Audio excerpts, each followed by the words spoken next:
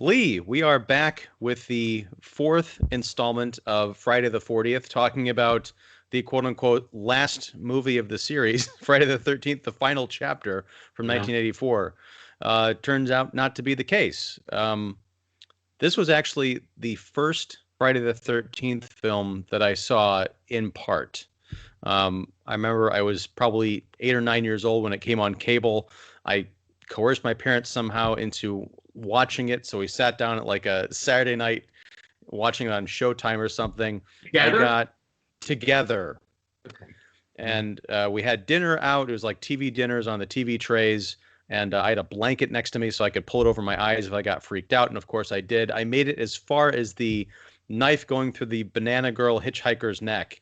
And my parents were like, all right, that's enough. And yeah, I don't think I watched another one of these movies for like 2 years after Yeah. that.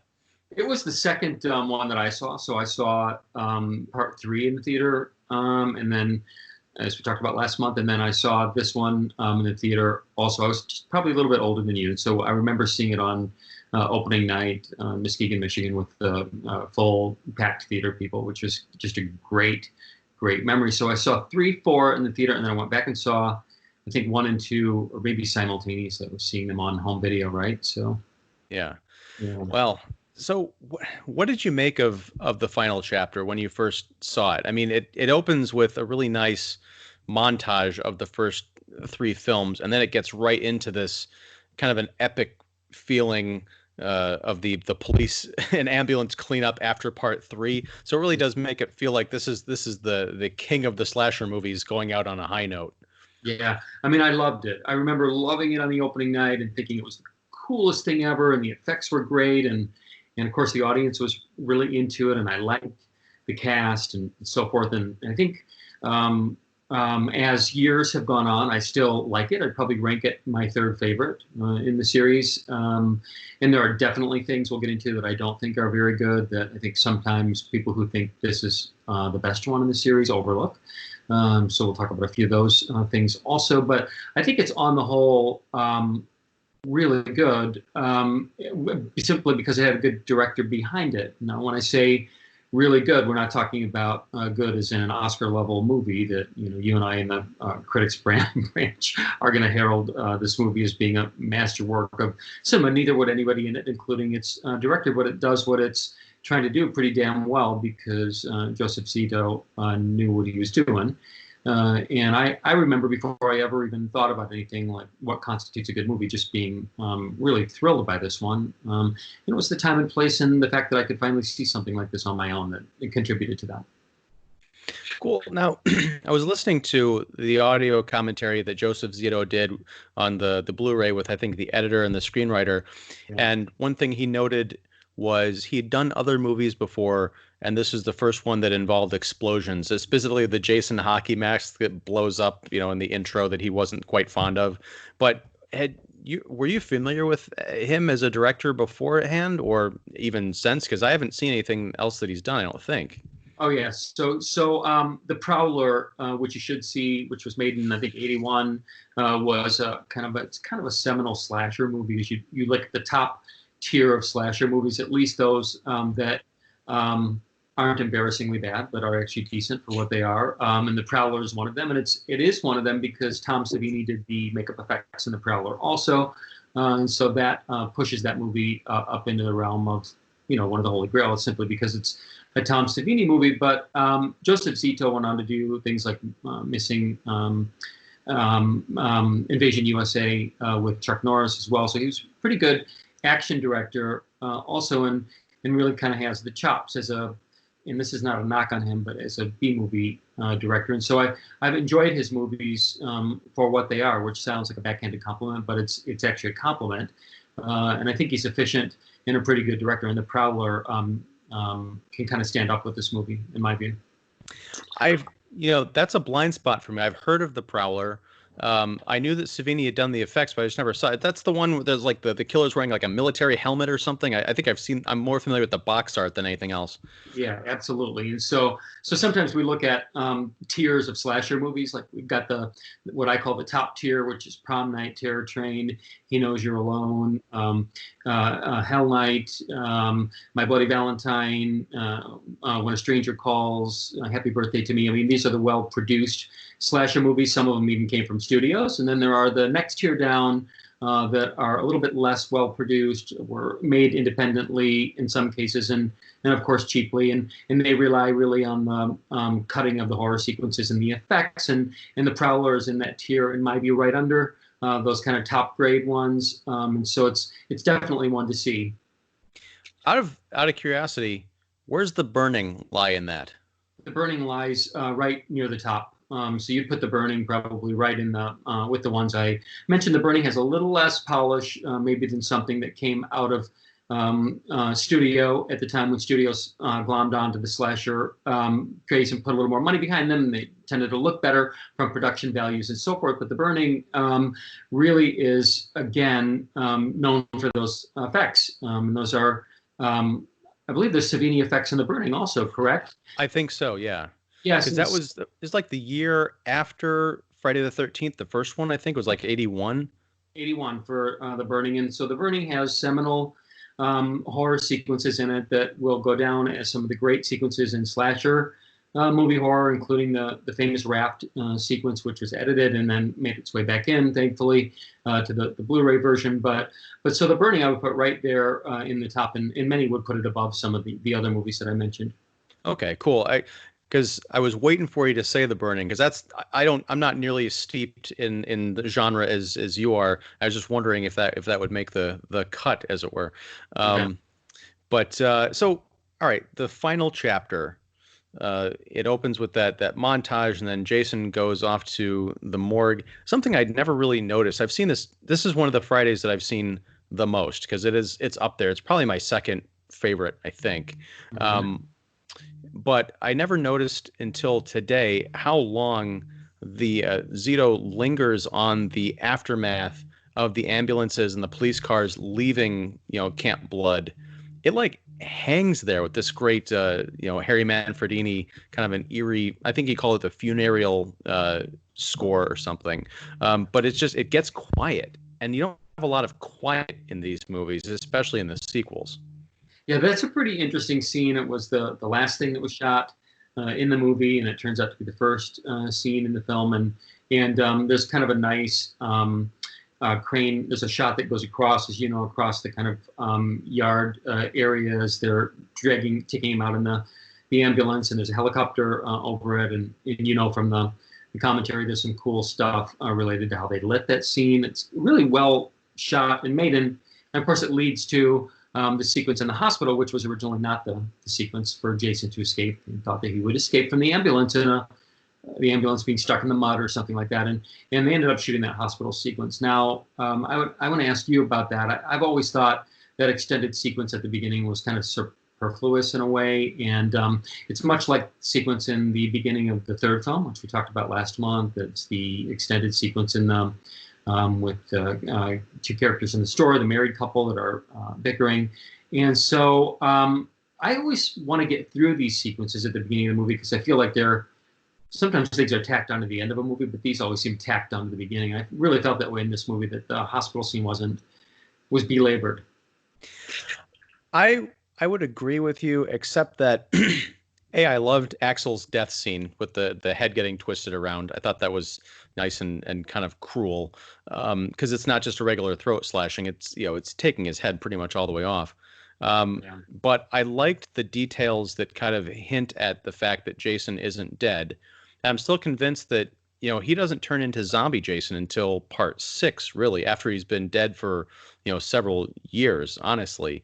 So at this point, he's still just a woodland creature who's probably 40 or 50 years old, or however long. He keeps getting like an axe to the head. He's definitely resilient, and he's a freak, but he's not supernatural really at this point. Because when he comes back to life, you see his body slowly moving under the sheet when he's in the gurney. You see that puff of air coming up when they put him into the freezer that the mortician or the morgue attendant doesn't catch.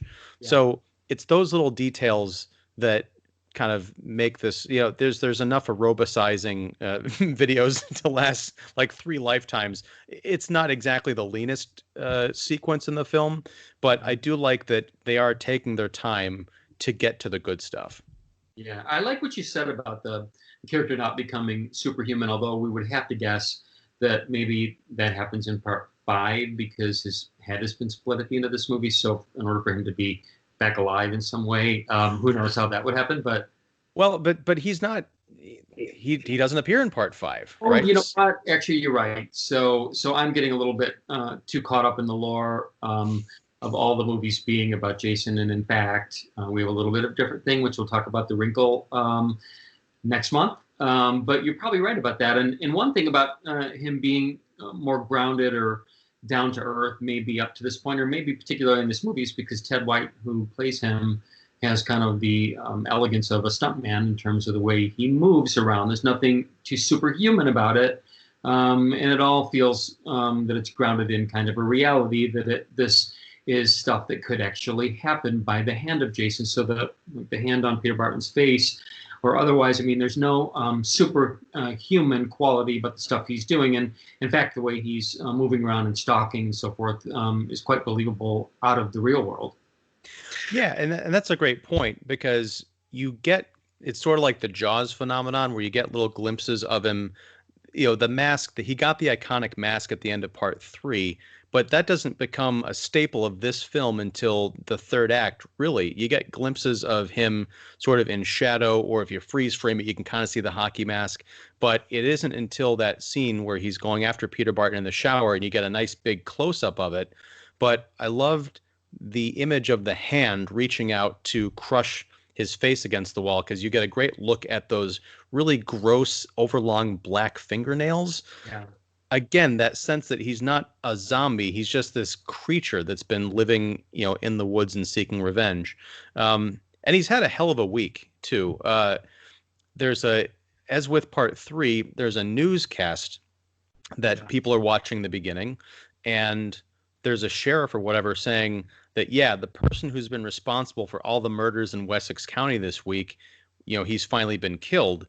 So if you look at the timeline of this, I know that's kind of problematic for the series, but parts 2, 3, and 4 all happened within, I think, 3 days of each other, right?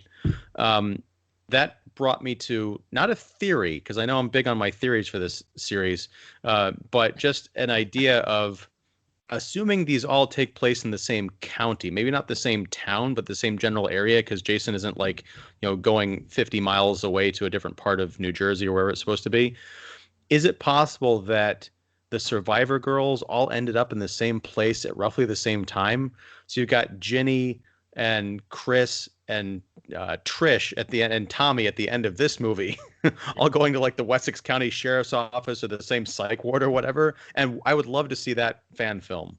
It's pretty funny because the police officers, to the extent that they exist in these movies, are always different from one movie to the next for the most part. And so there's no sense of coherence or time and place and any through line or thread through that, which is pretty interesting. And of course, as we know, just logistically thinking about the behind the scenes on all of this and this film being made around Topanga Canyon and so forth, I mean, we're definitely across the country. And so we have to get over the fact that the movie looks and feels different. It's not so much the rolling lushness of New Jersey or the East Coast. It's something else over there, and it feels different.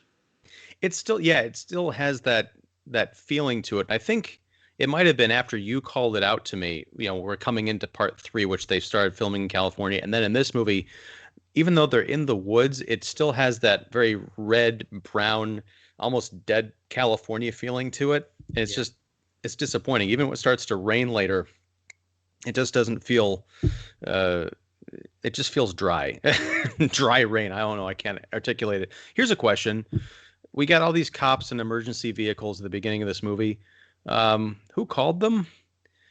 Because Chris I think that was her name, right? The survivor from part 3, she was out in the canoe and she got hauled away the next day. But yeah, who's calling these cops? Is it just people coming to check up on these campers? You don't get the feeling that there were any other survivors who would have gone to get help. Yeah, like they're also pretty remote, and everybody's been killed. So how would anybody know unless there was police helicopter, overhead or something like that. And of course, we're just surmising things that aren't true or don't exist. And that's a theory that probably we shouldn't even go down that road, because this is just one of the many leaps of faith that we have to take, which is that we will accept it because we're apparently looking at the movie for one thing and one thing only. And as long as it delivers that, then we're good. Yes. However, I have to call out the filmmakers, the writers, because in trying to tie this all back together as one coherent series for the quote unquote final chapter, they do something which is a callback to part 2 in the character of Rob, who's this sort of survivalist hunter guy that runs into the Jarvis family. And it turns out his sister, Sandra, who got, kebabbed to the bed with her boyfriend, was, the younger sister. And I guess it's because this movie came out in 84 and part 2 is 81. They're thinking, oh, this would be a nice callback from a few years ago. But if you look at the continuity they're setting up in this movie, that it was all the same week. It's like I guess he found out his sister went missing and then drove out to this campground and surmised all this stuff about Jason Voorhees. It doesn't make any sense. No, it doesn't make any sense at all. To come up with some elaborate scheme for revenge on somebody that you don't even know who it is. Over the course of a couple of days, but you know what? I mean, that's probably the most grievous, thing that people complain about when they talk about the chronology of the first several movies, and then it is what it is, right? I guess so. And there's other little things like Mrs. Jarvis going out for a very late night jog.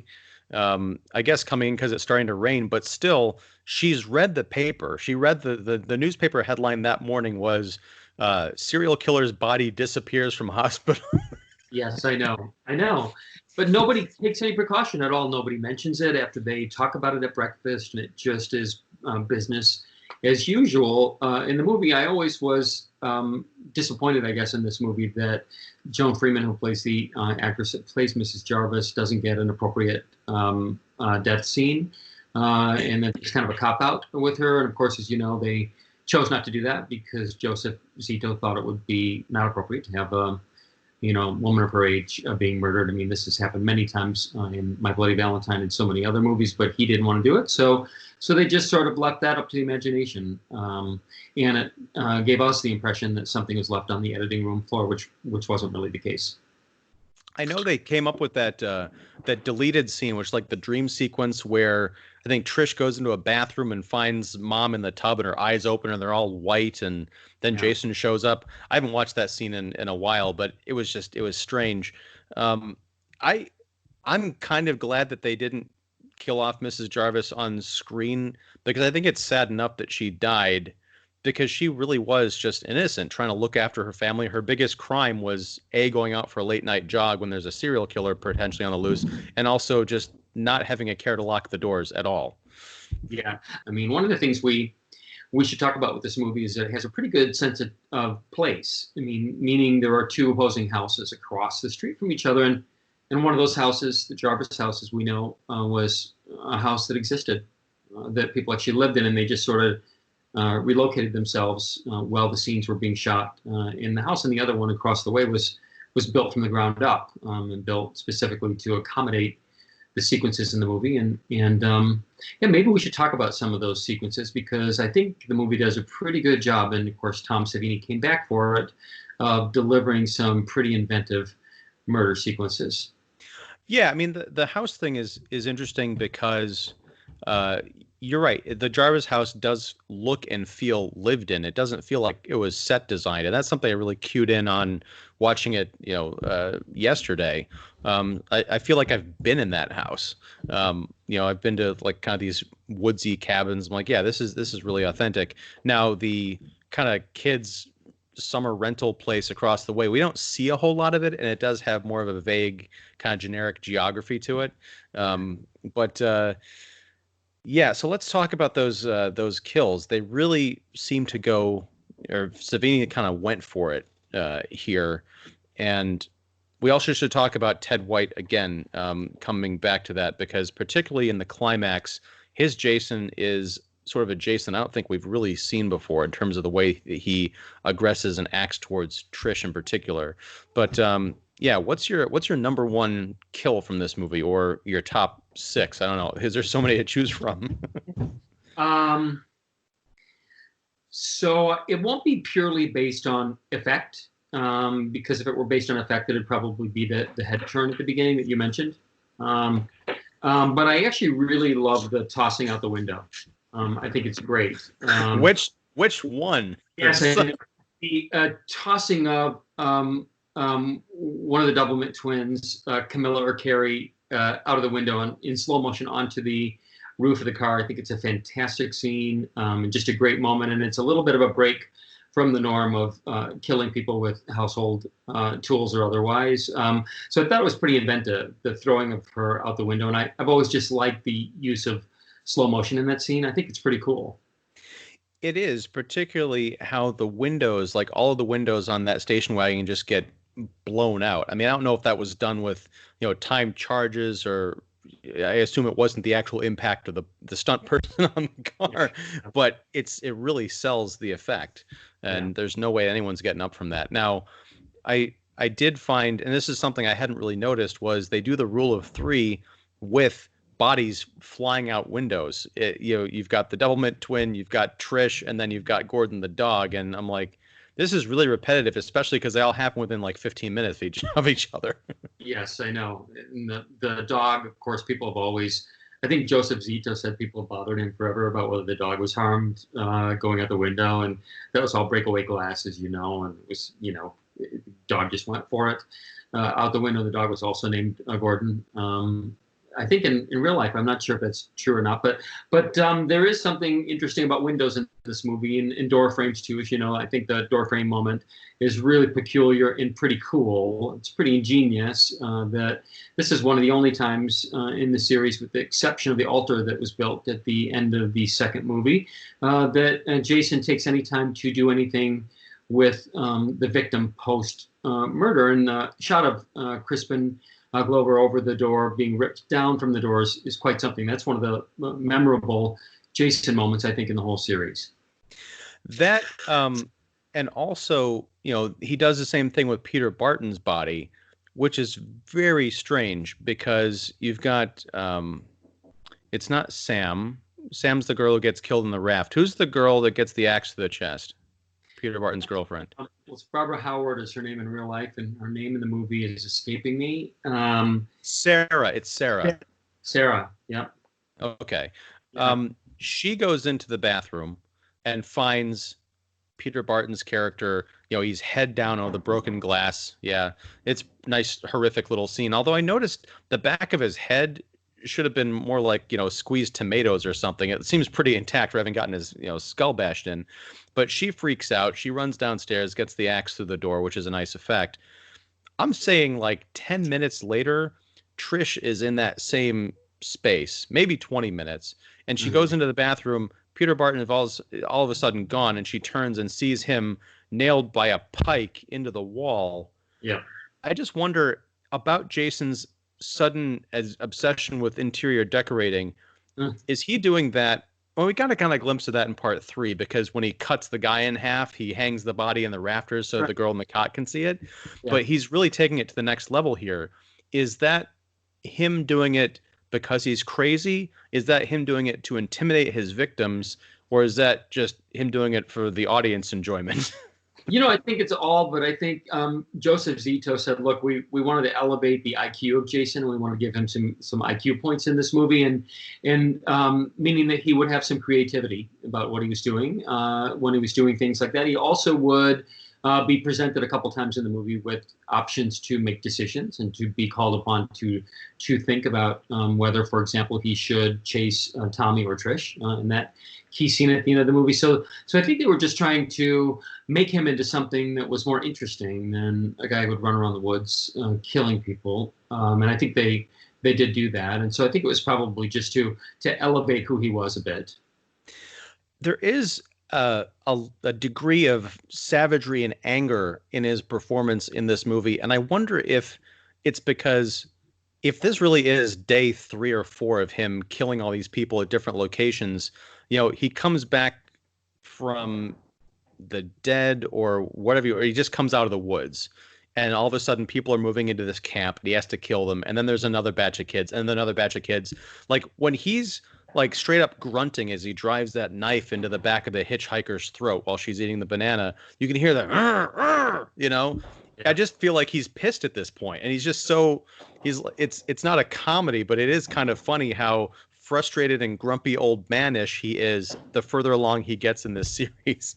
Yeah, that's pretty funny. I mean, I guess it's also funny to think about Ted White playing Jason, who notoriously was unhappy and didn't have a good relationship with Joseph Zito. And this was a guy who had quite an interesting approach to playing the character of Jason, and he did treat him as a character in a way. He was a longtime stuntman who'd been in the business for many decades. And so when he came onto this movie, he was reluctantly coming on to the movie. He wasn't a fan of these types of movies, and he got along pretty well with Joseph Zito for the first 6 or 7 days of the shoot, and then after that, they weren't such good friends. And he, there were several stories that came out of the set, and both of them have talked about this, about them butting heads and disagreeing about the way things were done and the extremes to which the cast were put through. I mean, this was, he never took the Jason makeup off the entire time he was there, even when he was kind of away from the other, we'd be around the other actors. So they never really got to know him. They never had conversations with him as a cast member. And Joseph Zito said the same thing. Look, we never really had a conversation or talked about anything much at all. This was a guy who was a loner, who kind of was obviously not all that thrilled on the set about what he was doing. And maybe some of that comes through in what he's doing in the movie in terms of the stuff that you're talking about. One scene in particular, which we should call out, and you probably know this as well, was the scene where Judy Aronson is out on the raft in the water, and it was, absolute freezing temperatures. She had a young topless actress out there with a wetsuit on the bottom. Of course, she was underwater, but the water was freezing, and Ted White was in the water as well. And Judy was really freezing to the point where she needed to get out of the water. So Ted White, on her behalf, advocated to Joseph Zito to get her out of the water. And he said, look, this is dangerous. We need to get her out. She's miserable. This could be a health risk. And he was unhappy also. And so basically at a certain point, they literally almost came to blows over it. And he said, look, fucking finish this and get us out of the water. And so it's interesting to hear the two guys reflect back on their relationship in the movie, because it wasn't a good one. And Ted White has a lot to say about Joseph Zito as a director with the young actors in the movie too. And we can maybe get to that later, because they all sort of have the same recollection of him. But this was not a rosy, happy shoot for directors and actors, although some said it was a lot of fun to be on. It wasn't all that much fun from that dynamic. Well, I know, right, it's been a while since I read that part of Crystal Lake Memories, but Ted White, from what I remember, wasn't the fondest of Corey Feldman, who played young Tommy Jarvis. Mm-hmm. Yeah, I'm not sure if I remember that part of it, but of course, Tommy had some very intense scenes with him that Corey Feldman said he was very terrified by, particularly the one where he jumps through the window and pulls him through the window, and of course Kimberly Beck goes on the offense with the hammer that she does now. For Corey Feldman, a young actor at this point, these were very, very real moments, up to and including the burying of the machete in Jason's skull, where he said at one point to Joseph Zito, look, I mean, this is really gross and really disturbing. Like, I think we've got it enough. Let's not do any more takes, because he genuinely was afraid of that. And I think that could be the dynamic with Ted as well. Ted was very forceful, and he went on record and said, look, this is not the kind of movie where there's a lot of cushion to, in terms of the physicality of what you're doing with the other actors to fake it. You got to actually do it, and you got to do it in a very convincing way. So he was manhandling Corey Feldman and all the rest of the cast to a degree that was really physical. So when we see it in the movie, it's not a lot of fakery. I mean, when he was picking people up and shaking people around and doing all the things he's doing, like the things he was doing with Corey Feldman, this was all like real stuff. And some of that probably rubbed off on Corey and influenced that relationship between them. Yeah. I know there was a story about the nurse in the opening hospital scene. She gets thrown up against a wall and, stabbed.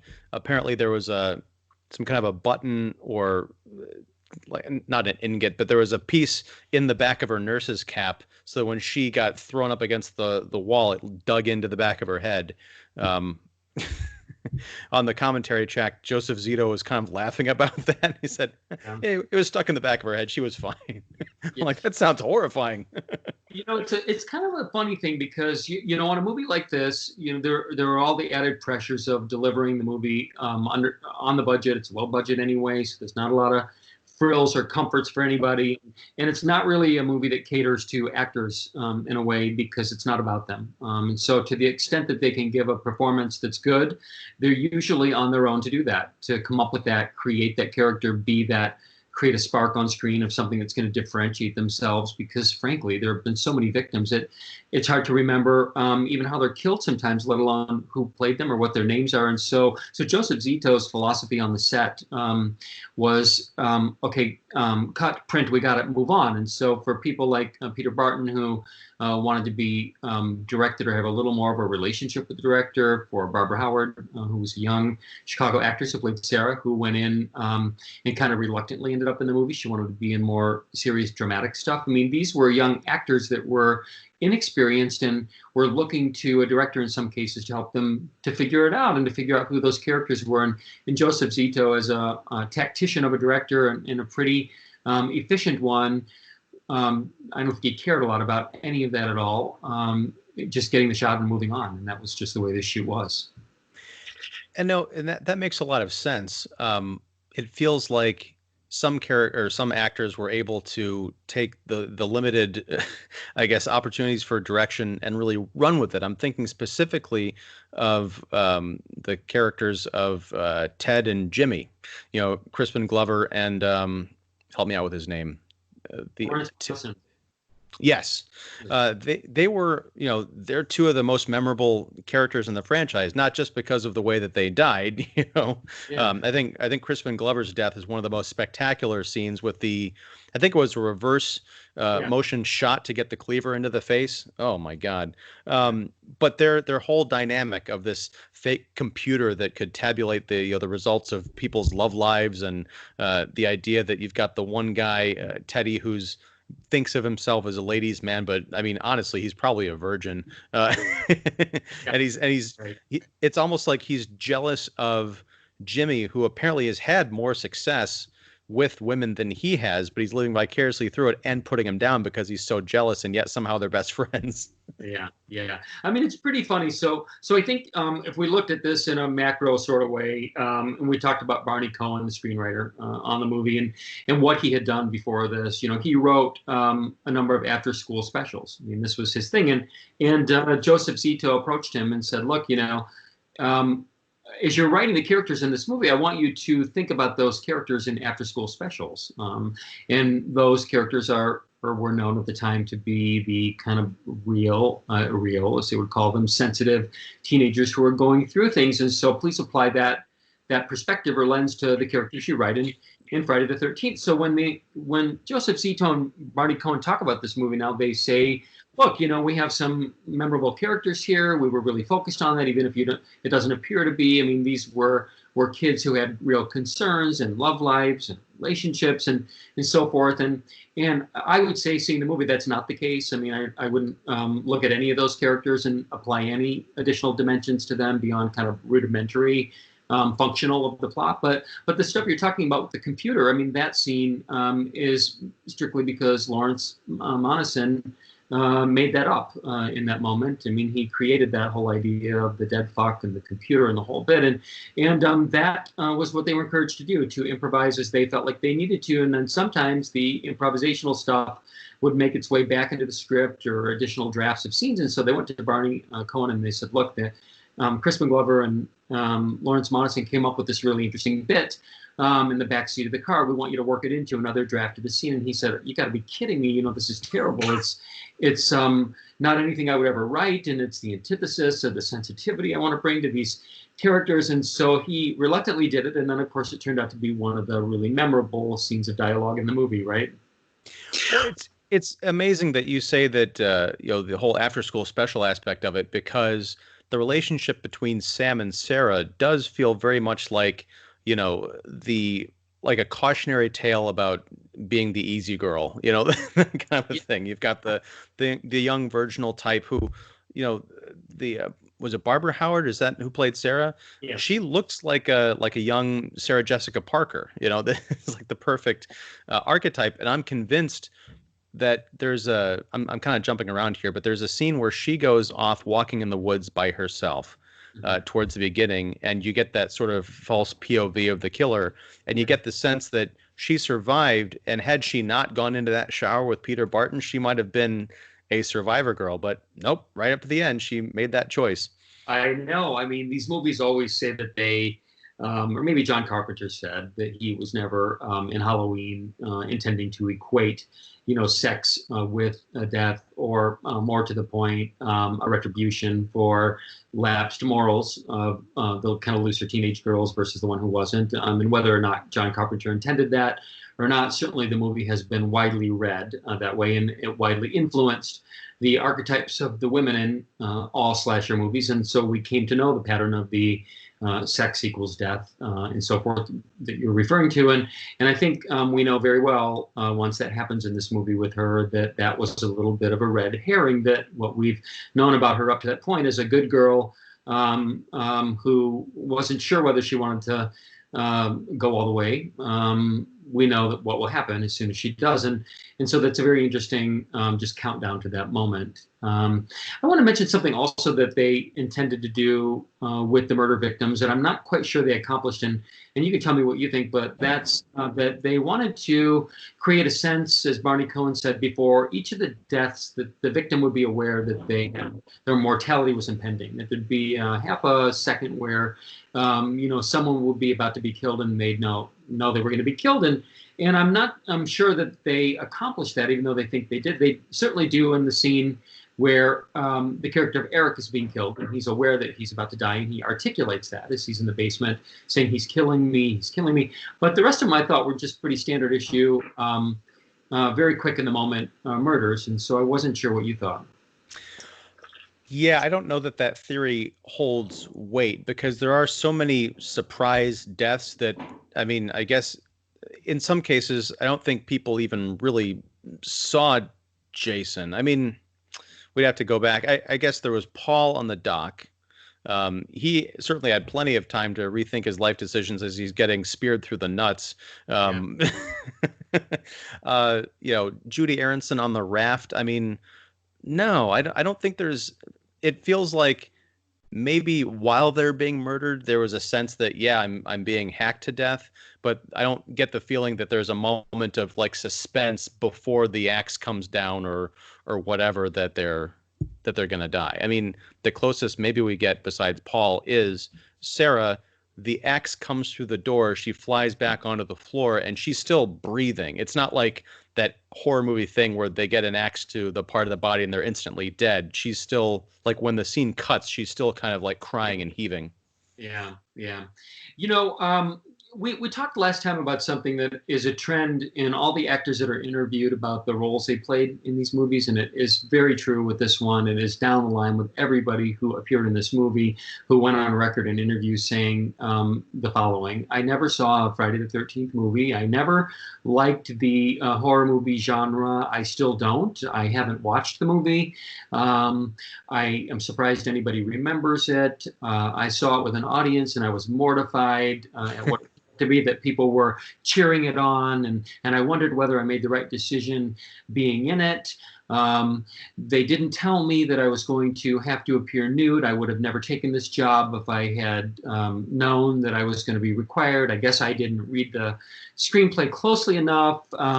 So there's a feeling in every cast member of this movie that they had some kind of reticence about being in it, or regret about taking it. And I find it kind of funny because the majority of the cast members do the convention circuit as well, and these are the roles they're most known for now at this point. And if you go back and you look at some of the things that they've said, they really have in a way passive-aggressive feeling about their participation in these movies. You wouldn't know it from watching the movies because they're all certainly game for it, but even someone like Lawrence Monason said, look, I would never bare my ass in a Friday the 13th movie again. I never would do it. And so I'm kind of like, come on, like this isn't like, you weren't Tom Cruise. Okay. This is a pretty damn good opportunity for you. So I always think it's funny as somebody who loves the horror genre for what it is, and is under no illusions that, we're looking at Citizen Kane here, but nonetheless, it's fun and nostalgic and has great rewatch value, that you can't be a good sport about it, or that you disclaim it in a way. And that's almost every cast member here, including Ted White.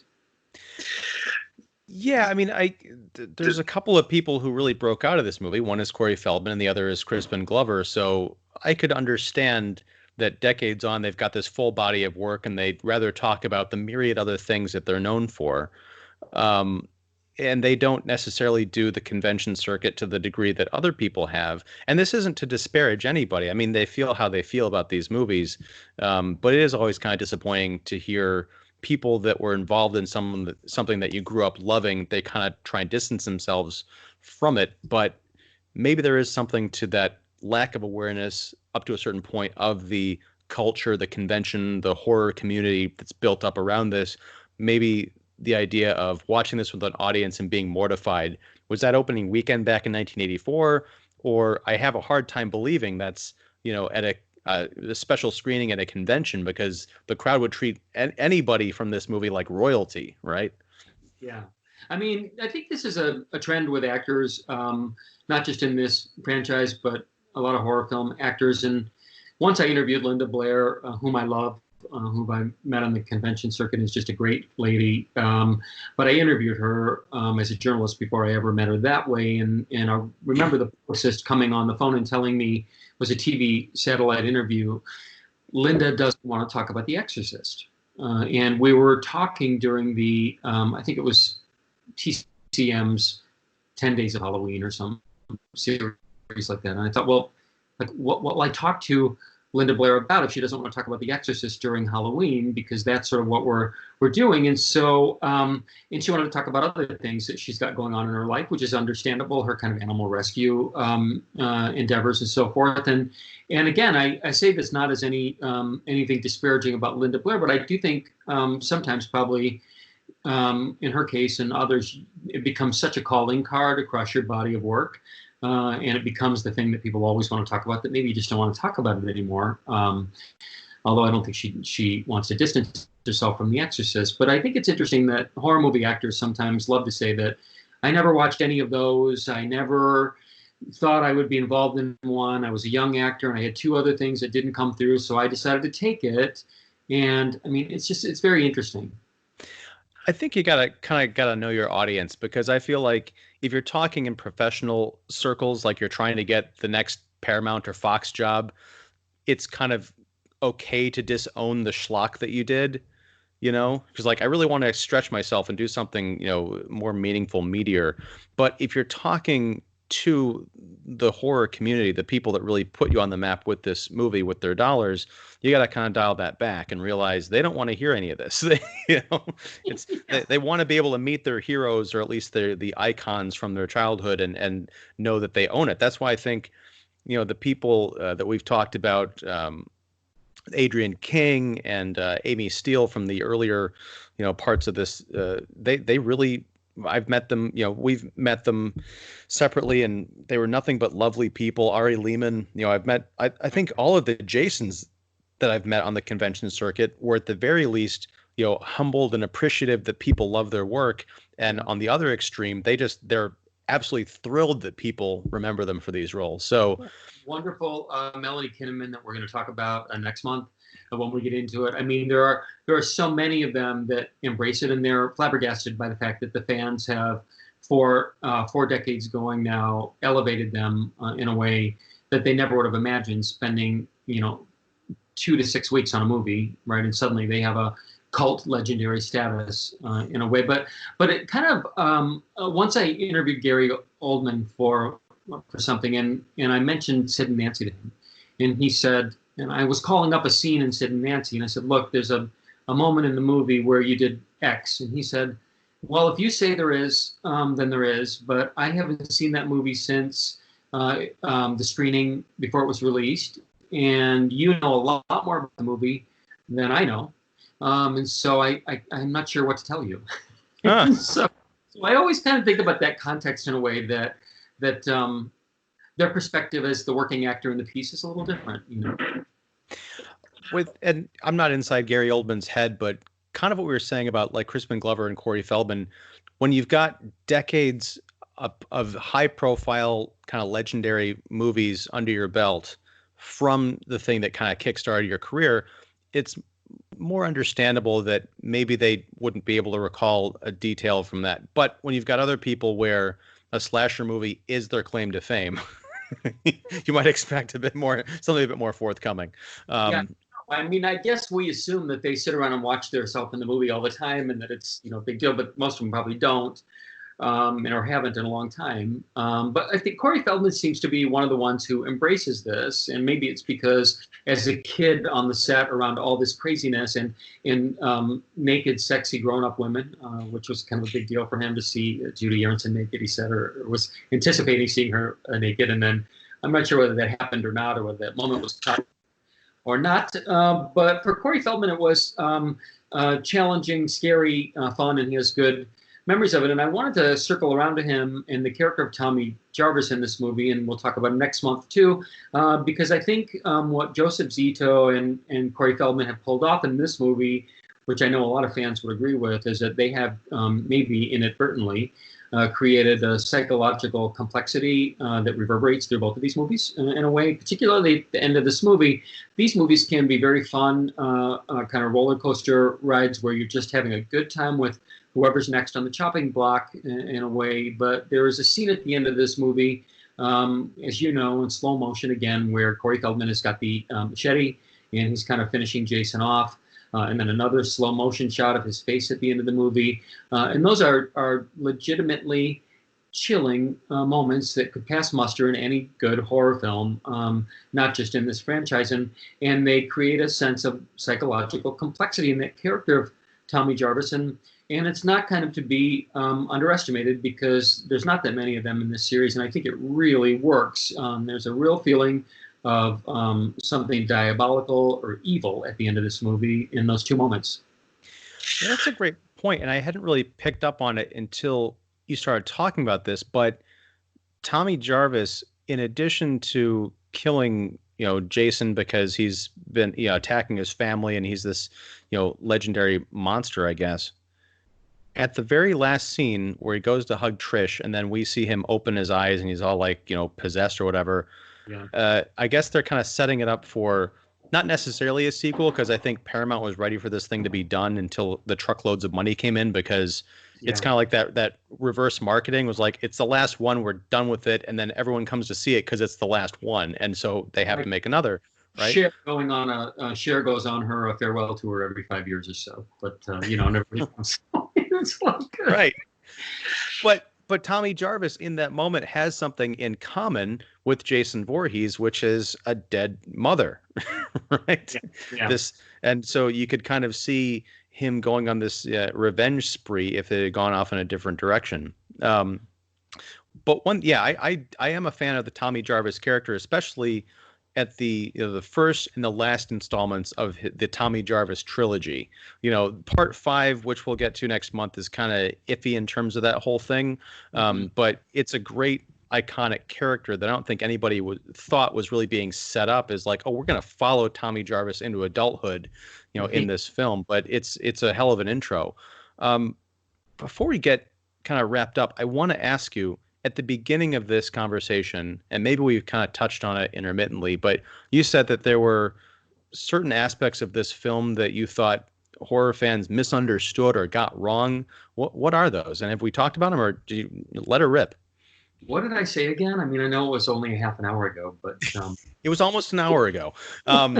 No, I think I got the sense that there was something or a couple of things about this film that you thought were either misunderstood or misinterpreted by people. Yeah, I mean, maybe I meant that I think that people love this movie and that it's widely thought of as the best one in the series. Yeah. All things being equal or less equal through some of these movies, but certainly things equal in terms of the schematic plots and the assembly line murders and the final girls and the whole bit, and Jason predominantly. I guess I'm mystified by why people think this movie is the best one in the series. Maybe it's because there are directorial elements from Joseph Zito that make it move along, and it's crisp and it's well edited, and Tommy as character, as we talked about, is interesting. But to me, I think there's nothing all that special about any of the characters in the movie. Kimberly Beck is really good as Trish, so there's nothing certainly wrong with her, but in terms of definable characteristics as a final girl to identify with in this movie, she's not all that different from some of the other girls in the movie. I mean, she's sporty and crafty when she needs to be, and she's nice, but there's nothing all that novel about her or definable, and I'm not quite sure why this movie's perceived to be near the top of the heap. And you put it as number 2. So maybe you can tell me what it is that you think that stands out about this. I certainly think it's entertaining, but in my view, nothing will ever touch number 2, which I think is scary as all get out. Has the best, just a great performance from Amy Steele in it, and excellent effects, and really is slick and fun, and is a pretty good machine. And this movie to me just feels pretty routine, and people seem to have vaulted it to the top, and I don't really get it. I'm gonna find it hard to defend my position here. In fact, I think this might have actually slipped to number 3 because I forgot how much I rediscovered my love for part 2 talking to you about that. So, okay, we'll call this the third best in my opinion. But I think it is just this idea, partially because it's the first Friday that I really experienced, so it's got that mystique. A lot of these scenes were kind of seared into my brain for the last, 35 years plus. But I do like the idea that it brings a lot of this quadrilogy together, in terms of the, some of the kills. I do like the fact that there isn't really a final girl. It's a final, pair of siblings. Trish is sort of just about as forgettable as, and this is not a knock on the actress or even the screenplay. It's just kind of how it shakes out. Almost as forgettable as Chris was from the previous film, right? I think it's all set up for Tommy Jarvis being the one to take Jason down. In fact, Trish could have been, killed. She could have not made it and still had Tommy Jarvis do the Amy Steele thing from part 2, which is, part of that coming full circle. You've got the fooling Jason, although this time it's really messing with his head because you're like, wait, I'm looking at myself. 3 days ago, I was looking at my mom talking to me like, right. What's going on here? Am I having a schizophrenic episode? I think the kills are fun. I love the Crispin Glover aspect to it. It's all of these little disparate elements that kind of add up to why I have a special place in my heart for this movie. In terms of quality versus some of the other films, I don't know that I can. Well, some of the other films are pretty, so it's not that hard to be on top. Yeah. I mean, I think I'm with you. I mean, we're going to get into some tough conversations when we get post 5. I mean, 5 was the last one that I truly liked. So I usually don't go beyond 5 typically, and we'll be taking all those movies apart on later episodes. But this movie also has a cast that was somewhat known. I mean, where you might say that Amy Steele had been known as well. She was in some TV movies like the Nan Davis Story, which she was really good in, and she was in other things of the time like The Powers of Matthew Starr. She was in that. So she was cool and known. But this one has a cast that was sort of known. Peter Barton was also in The Powers of Matthew Starr and other things. We had Crispin Glover, who was a star on the rise and made tons of movies after this. Lawrence Monason, who had just broken out 2 years earlier in The Last American Virgin, and was I think he was going to UCLA at the time, and was worried he wasn't going to get another job, and that's why he said he took this one. But so as we look at all of them, and then Kimberly Beck, of course, was on a soap opera called Capital, and she was sort of known. And then Corey Feldman had made movies also. I think he was making either Goonies or, yes, I think it was Goonies at the same time he was making this movie. And so he was shuttling back and forth or something, or no, actually, I'm getting that wrong. That was when he was making the beginning of part 5, and he was shuttling back and forth between us to be able to do that. Because Goonies was that 84, 85? It was right around, like, kind of the same time. It's very close. It was very close. So I think the cast in this movie, in some way, elevates it, not because the performances are extraordinary, but because they're young, appealing actors who we've seen before, and it kind of feels like a name cast in a way for the first time too. At least some of it does, and so there's some element of that too, and maybe in professionalism of the cast and some of the actors who have experience. So I think that works too, and I think on the whole, it's a fun movie. And like I say, I probably would place it number 3, but in no world, in my view, does it come above number 2, which I think was the perfect synthesis of the right amount of money, the right director, the right actress, the right effects, the right Warrington Gillette coming through the window, and the great look of Jason, which I love. And personally, it's all subjective, was never equal for me. And I think number 1, just because of what it is above this movie too, in my view. So I think it's fine. People seem to really love it, and I have friends who will tell me that it's well above and beyond any of the other installments. Now, it's interesting to me, and this is sort of going to be a preview of a discussion we'll have in June, I think, because you said that you have trouble watching the movies past part 5. I think my number 1, and it's a battle of the number 1s between part 1 and part 6, Jason Lives. Oh, okay. So for you to say that this is not like in your pantheon of Jasonness, and granted, I haven't watched part 6 in a while, so maybe I'll soften to it. But yeah, I'm very interested to see how that chat shakes out. You scared me for a moment. I thought you were going to say Jason X. Look, I don't hate Jason X nearly as much as I probably should. And it's very hard to defend, but I think I defend it mostly because it's so bad. Yeah. Before we close, we should probably talk a little bit about Ted White taking his name off the movie. He didn't want his name on the movie, and the movie became a pretty big hit, and he said, I want my name taken off it. And then Frank Mancuso Jr., they had an argument about taking his name off it, and they took his name off because they knew that it didn't need to be there for the movie to be successful, that no one would care probably one way or the other what the actor's name was playing Jason. And that's not a knock on Kane Hodder or anybody else who's been great in the role. But he said, I want my name off this piece of shit. And they said, well, we're not going to take your name off it. And he said, further expletives. And he said, I want my name off it and take my name off it. And I don't care if you say Jason is playing Jason, just say that. And so he kind of took his name off it. And so it was pretty interesting that he had done it. I'm sure he's the only one who ever did that. And I'm not sure if Ted White ever made it out onto the convention circuit or not. I mean, this was a guy who was much older than the other Jasons. He did. And I have his signature on my mask. So at a certain point, yeah, the convention circuit came a calling, I guess, and they're like, "How would you like to make $40 for signing your name to a hockey mask?" times 300 a day. It's a pretty good gig, You get those long lines over there, and sometimes you'll get an even Friday the 13th themed convention, like Monster Mania about 5 years ago did a Friday the 13th reunion. They had all the final girls there. They had all the guys there, and everybody from John Fury as Paul in part 2 to Peter Barton they were all there, Bill Randolph, and then all the women as well, Dana Kimmel, Melanie Kinnaman, the whole group. And so it was really something to see all of them together in the same room and think about all of those movies. And it's my view, and we'll talk about this next month, that sometimes you get somebody really great in a movie that they should have had a better movie than they had, and a better written role than they had. And I think that's certainly the case with somebody next month that we'll talk about.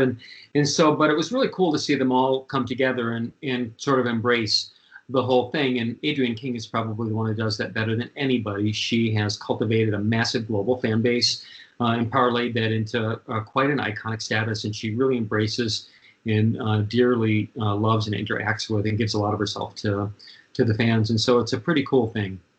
Definitely. One last thing about Ted White, because we're going to talk about it and we kind of jumped past it, but the way that he portrays Jason in this film, coming after Trish, particularly in the house, he's very close quarters. He moves very quickly, like a steam train. He's very handsy, very hands out, trying to like grab her. And it's terrifying in ways that I don't think the other Jasons really kind of captured in the other films. In later movies, he's like this hulking, stalking, almost teleporting zombie. And in this film, he's just he's a real living creature who's just pissed off, and he's like a locomotive with a machete. Yeah. So the interesting thing about what you're saying is that in most of the movies, there's room to breathe, and there's room to run, and there's room to be chased, and there's room to be all around campgrounds, through forests, in and out of different buildings, and things like that. And this is usually what happens with the final girl. I mean, there's usually a lot of geography covered, and locations covered. And Trish is primarily confined in this movie to two houses, and her own house, and that house, by all accounts on the shooting, was pretty claustrophobic. It was tight, right? So as you go up those staircases into the ends of the hallways, into the bedrooms, and so forth, I mean, what you're saying in terms of him being imposing and very hands-on, as it were, I think it's exacerbated and it's more intense by the fact that they're in tight quarters. And there's nowhere to run. There's nowhere to go. And there's no way to get away from him, and so it's pretty intense, and I think he does a really good job with that part of it, and being in close proximity and making the most of that. Definitely. Cool, man. Well, I guess we'll come back for part 5 next month. We're almost halfway there, which is exciting. Or well, no, we got 13 of these, so yeah, almost halfway there.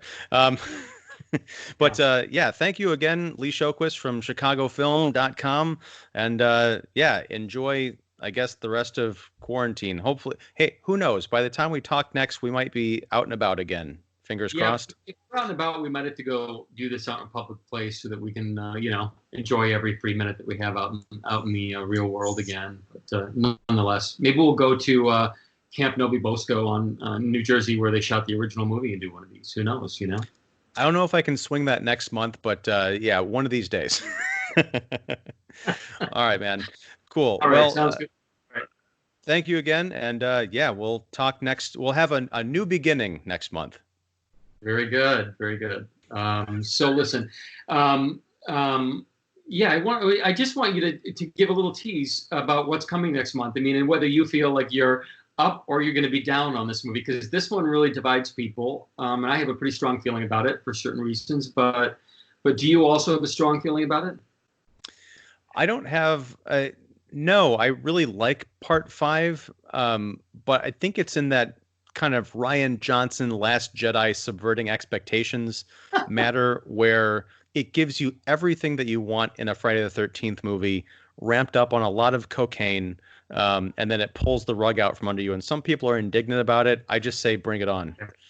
Yeah, and there's so many deaths. I mean, there are dozens of deaths. I mean, we're not talking about 7 or 8 or 12 or even 15. We're talking about a lot of killing in this movie. So we're going to want to talk about that. But anyway, good being with you again. Yeah, man. All right, cool. Well, take care, and I'll catch you next month.